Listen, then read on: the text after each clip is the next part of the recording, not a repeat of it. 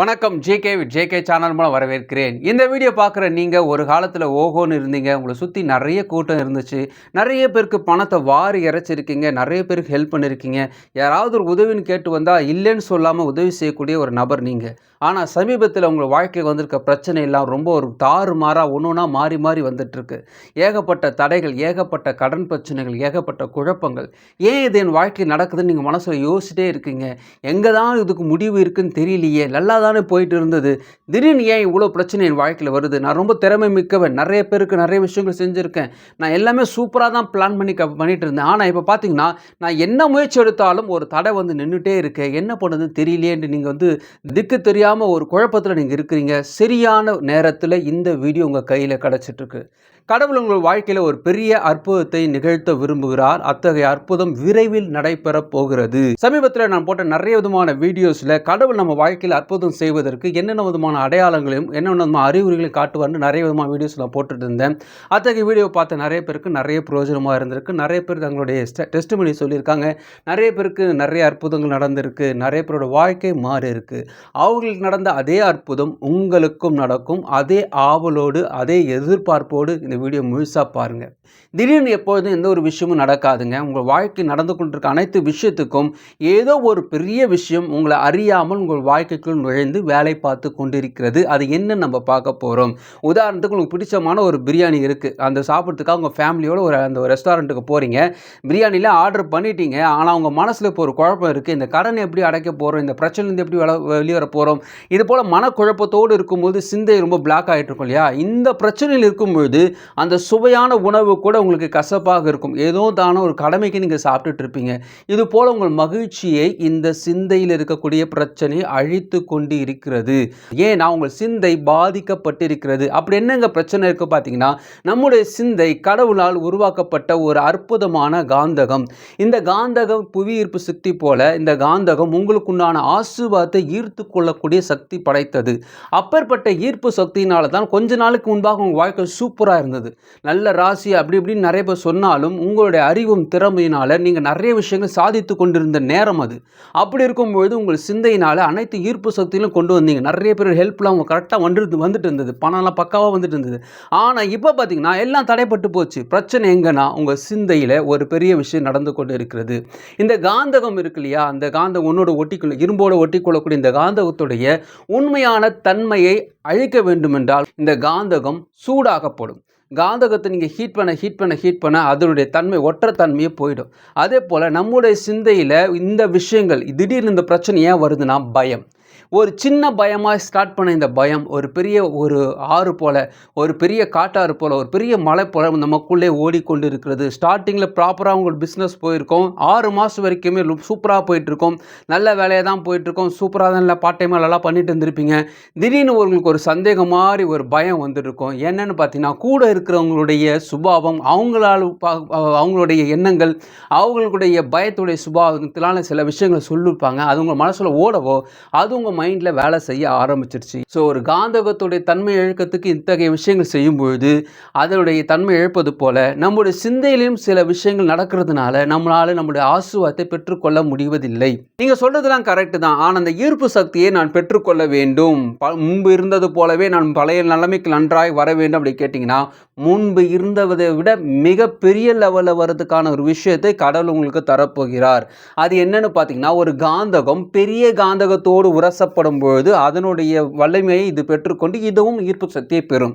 உதாரணத்துக்கு ஒருத்தர் சம்பளம் வாங்கிட்டு வர்றாரு, ஒரு தனியார் கம்பெனியில் வேலை செய்கிறாரு. ஒரு மாதம் சம்பளத்தை வாங்கிட்டு வந்துட்டு இருக்காரு. ரொம்ப நாளாக கவர்மெண்ட் ஜாபுக்காக ட்ரை பண்ணிட்டுருக்காரு. அப்படி சம்பளத்தை வாங்கிட்டு வரும்போது இந்த பர்ஸ் தொலைஞ்சிருச்சுங்க. இப்போ பர்ஸ் தொலைஞ்சிருப்போ தேடிட்டு இருக்காரு. பணமே அந்த மாதத்துக்குள்ள எப்படி நடத்த போகிறோன்னு தெரியலன்னு வீட்டுக்கு வரும்போது பார்த்தீங்கன்னா ஒரு குட் நியூஸ். அவருக்கு இந்த கவர்மெண்ட் ஜாப் கிடைத்தீங்கன்னா ஒரு அப்பாயின்மெண்ட் ஆர்டர் வந்துருச்சு. அதை பார்த்த உடனே ரொம்ப சந்தோஷம். 2 மாதம் ஜாயின் பண்ண சொல்லிட்டாங்க. அவருடைய சந்தோஷத்துக்கு அளவே கிடையாது. ஏன்னா அது நல்ல ஒரு சேலரி பேக்கேஜ் இருக்கக்கூடிய ஒரு நல்ல கவர்மெண்ட் ஜாப். அவங்க வீட்டில் அனைவருக்கும் சந்தோஷம். அந்த சந்தோஷத்தில் இந்த பிரச்சனையை அவர் சொல்கிறாரு. என் பர்ஸ் தொலைஞ்சு போச்சு, அதில் 1 மாதம் சம்பளம் வச்சுருந்தேன், அதுவும் தொலைஞ்சு போச்சுன்னா கூட அவங்களுக்கு அது பெருசாகவே தெரில. தொலைஞ்சு போனால் போட்டோம் விடுங்க, இதுக்கப்புறமா சூப்பராக இருக்கலான்னு எல்லோரும் ரொம்ப மகிழ்ச்சியாக இருந்தாங்க. 2 மாதத்துக்கு அப்புறமா தான் அது கிடைக்க போகுது. உதாரணத்துக்கு கரெக்டாக ஒரு 60 நாள் கழிச்சு தான் கிடைக்க போகுது. ஒரு 1440 மணி நேரத்துக்கு அப்புறமா தான் அது கிடைக்க போகுதுங்க. ஆனால் அவங்க இந்த சூழ்நிலையை அவங்க என்ஜாய் பண்ணுறதுக்கான ஒரே விஷயம், ஒரு நல்ல செய்தி ஒரு இறுகி போன மனசு கூட உற்சாகப்படுத்தும். அவங்களால இப்பொழுது அதை அனுபவிக்க முடியலன்னா கூட பரவாயில்ல, அந்த எண்ணங்கள் பார்த்திங்கன்னா ஒரு பெரிய அச்சீவ்மெண்ட், ஒரு எண்ணங்கள் பார்த்திங்கன்னா உள்ளுக்குள்ளே மகிழ்ச்சியை எப்பொழுதும் கொண்டு வந்து கொண்டே இருக்கும். இந்த 10 லட்சம் கடந்த என் வாழ்க்கை அப்படி ஒரு எண்ணத்துக்குள் நீங்கள் இருக்காதீங்க.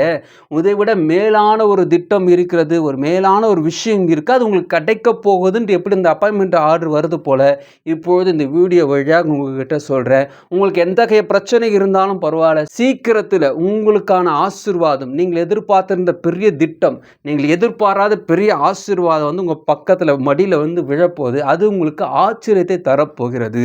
அதை நீங்கள் கண்டு கொண்ட பிறகு இப்போ கூட பிரச்சனை ஒரு மேட்ராகவே தெரியாது. இதெல்லாம் ஒரு தூசி போல் தெரிஞ்சிருச்சா, இதுக்கெல்லாமா இப்போ நம்ம கவலைப்பட்டோம், இதுக்கெல்லாமா நம்ம போலணும், அந்த லெவலுக்கு இந்த சூழ்நிலை முற்றிலுமாய் மாறிவிடும்.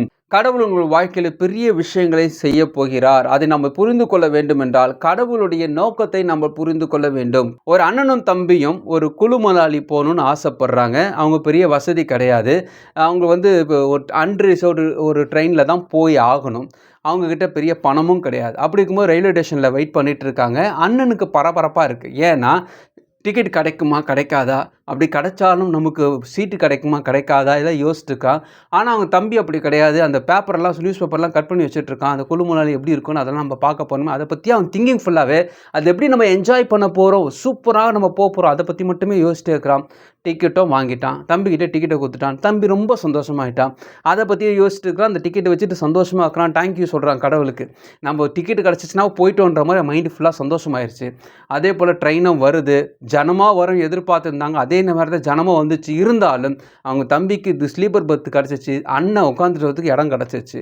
இவங்க அண்ணன் யோசிச்சுட்டே இருக்கிறான். எழுந்து போய் தம்பிட்டு கேட்குறான், டேய் அப்பயே சுவிச்சிட்டு இருந்தேன், இப்பயும் சுவிச்சிட்டு இருக்கேன் ஏன்னு கேட்டான்.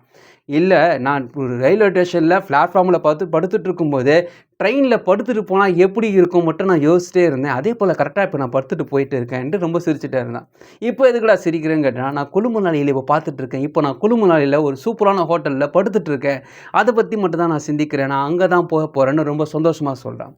இதில் கவனிக்க வேண்டிய விஷயம் என்னென்னா, கடவுள் நமக்கு கொடுத்துருக்கக்கூடிய ஆசீர்வாதங்களையும் அவர் நம்ம வைத்திருக்க திட்டங்களையும் நம்ம அதிகமாக ருசிக்க இது கடவுள் எனக்கு சூப்பராக தான் வாழ்க்கை வச்சுருக்க போகிறாரு, என் வாழ்க்கை பிரமாதமாக தான் இருக்க போகுது. எப்படி பிளாட்ஃபார்மில் படுத்துக்கிட்டு அவன் ட்ரெயினில் படுக்கிறது யோசித்தானோ, எப்படி ட்ரெயினில் படுத்துக்கிட்டு குழுமலையை பற்றி யோசித்தானோ, நம்முடைய வாழ்க்கையில் இப்போ எப்படிப்பட்ட சூழ்நிலை இருந்தாலும் நீங்கள் யோசிங்கள், நீங்கள் சிந்திங்கள். உங்கள் சிந்தைக்கு ஈர்ப்பு சக்தி உண்டு. இத்தகைய ஈர்ப்பு சக்தியானது உங்களுடைய பழைய விஷயங்கள் எல்லாம் உங்களுக்கு கலைந்து போட்டு ஒரு புதிய விஷயத்தை கொடுக்கும். ஆனாலும் உங்கள் மனசில் ஒரு விஷயம் ஓடும், என்னங்க இப்போ பிரச்சனைலாம் நாளைக்கே பிள்ளின்னு நிற்க போகுது, நாளைக்கே ஒரு அமௌண்ட் தர வேண்டியது இருக்குது, அடுத்த மாதம் ஒரு பிரச்சனை இருக்கிறேன், இது போல் பிள்ளி நிற்குது, எனக்கு மட்டும் கடவுளையாக இந்த அனுமதிக்கிறார். அப்படி பார்க்கும்போது ஒரு கோழி தன்னுடைய கோழி குஞ்சுகளுக்கு எப்பேற்பட்ட உணவை தரும் பார்த்தீங்கன்னா, உதாரணத்துக்கு ஒரு பூச்சி ஒரு பூரானே கொடுக்குதா இருந்தால் கூட அப்படியே சாகடிச்சு குட்டிகளுக்கு பிச்சு கொடுக்காது. அது சாகடிச்சு கொஞ்சம் குத்துயிரும் கொலையுயிரும் இருக்கும்போது துடிக்கிற மாதிரி இருக்கும்போது தான் கொடுக்கும். அப்போ அது கொஞ்சம் போய் கேட்கும், ஏமா அப்படி கொடுக்குற, இதையும் கொண்டுட்டு கொடுக்க வேண்டியது தானே, இதை பார்த்தாவே பயமாக இருக்கு. அப்படி கேட்கும்போது அந்த கோழி சொல்லுது, எல்லா நேரத்தில் நான் கூட இருக்க முடியாது, நீ இதை பார்த்து பயப்படாமல் அதை நீ கொத்தி அது செத்துச்சுன்னா நீ ஜெயித்ததா அர்த்தம். உன் மனசில் ஒரு திருப்தி வரும், நான் தான் கொன்னேன்னு ஒரு நம்பிக்கை வரும், இந்த பிரச்சனையை நான் தான் முடித்தேன்னு ஒரு நம்பிக்கை வரும். அதனால தான் கொத்துயிரும் கொலையுயிருமா உங்களுக்கு கொடுத்துருக்கேன், நீ கொத்து அது செத்துரும், நீ பயப்படாதேன்னு சொல்கிறது. அதே போல் அந்த கோழி கொஞ்சம் ஒரு குத்து கொத்துது, அந்த பூச்சி செத்துருது. நம்முடைய வாழ்க்கையிலும் கடவுள் ஒரு பிரச்சனை கொடுக்குறாருன்னா அது நம்மளை சாகடிக்கிறதுக்காக அது துடிக்கலை. நான் அது பண்ணுறதெல்லாம் பார்த்தா நமக்கு பயமாக தான் இருக்கும், திட்டுறதெல்லாம் பார்த்தா பயமாக தான் இருக்கும், மிரட்டுறதெல்லாம் பார்த்தா பயமாக தான் இருக்கும், மெசேஜ் எல்லாரும் கண்டுபிடி திட்டுறதெல்லாம் பார்த்தா பயமாக தான் இருக்கும். நீங்கள் குத்துங்க, அது செத்துரும்.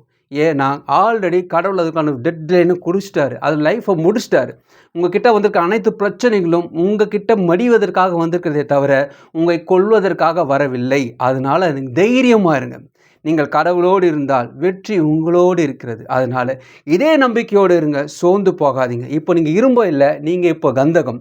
இப்போது நீங்கள் முன்பு இருந்த வாழ்க்கை முடியும் நீங்கள் வந்துட்டீங்க அப்படின்னு நான் சொல்ல மாட்டேன். ஏன்னா முன்பு இருந்த வாழ்க்கை இனிமே வராது. கடவுள் உங்களுக்காக வைத்திருக்க திட்டம் அதை விட பெருசு. அதனால் பெரிய திட்டங்களை எதிர்பாருங்கள். நீங்கள் இருந்த இடத்திலிருந்து நீங்கள் பங்களா இருக்கிறது போல யோசிக்க முடியும். நீங்கள் இருந்த இடத்துலேருந்து ஃப்ளைட்டில் இருக்கிற மாதிரி யோசிக்க முடியும். நீங்கள் இருந்த இடத்துலேருந்து நிறைய பேருக்கு உதவி செய்யக்கூடிய ஒரு இடத்தில் இருப்பது போல கூட யோசிக்க முடியும். நீங்கள் சிந்தியுங்கள். ஏனால் கடவுள் உங்களை ஆசீர்வதித்திருக்கிறார். கடவுள் ஒரு மனுஷனை ஆஸ்வதிக்கணும்னா அவன் சிந்தையை தான் முதலில் தொடுவார். கடவுள் உங்கள் சிந்தையை தொட்டு இருக்கிறார். உங்களுக்கான அற்புதங்கள் தயாராகிறது. ஒன் பை ஒன்னாக வந்து கொண்டே இருக்கிறது. ஆச்சரியங்களும் அதிசயங்களும் காத்து கொண்டிருக்கிறது. அபரிவிதமான வளர்ச்சி உங்களுக்கென்று நியமிக்கப்பட்டிருக்கிறது. நம்பிக்கையா இருங்க, சோர்ந்து போகாதீங்க. விரைவில் நீங்கள் எதிர்பார்த்த அனைத்து விஷயங்களும் ஒன் பை ஒன்னா நடக்க போகுது. நீங்கள் மகிழ்ச்சியா இருக்க போறீங்க. நீங்க ஆனந்த களிப்பா இருக்க போறீங்க. நம்பிக்கையா இருங்க, சோர்ந்து போகாதீங்க. இந்த வீடியோ உங்களுக்கு பிடிச்சமா நினைக்கிறவங்க ஃப்ரெண்ட்ஸோட ஷேர் பண்ணுங்க. பிடிச்சமா மட்டும் மறுபடியும் பார்க்கலாம். வணக்கம்.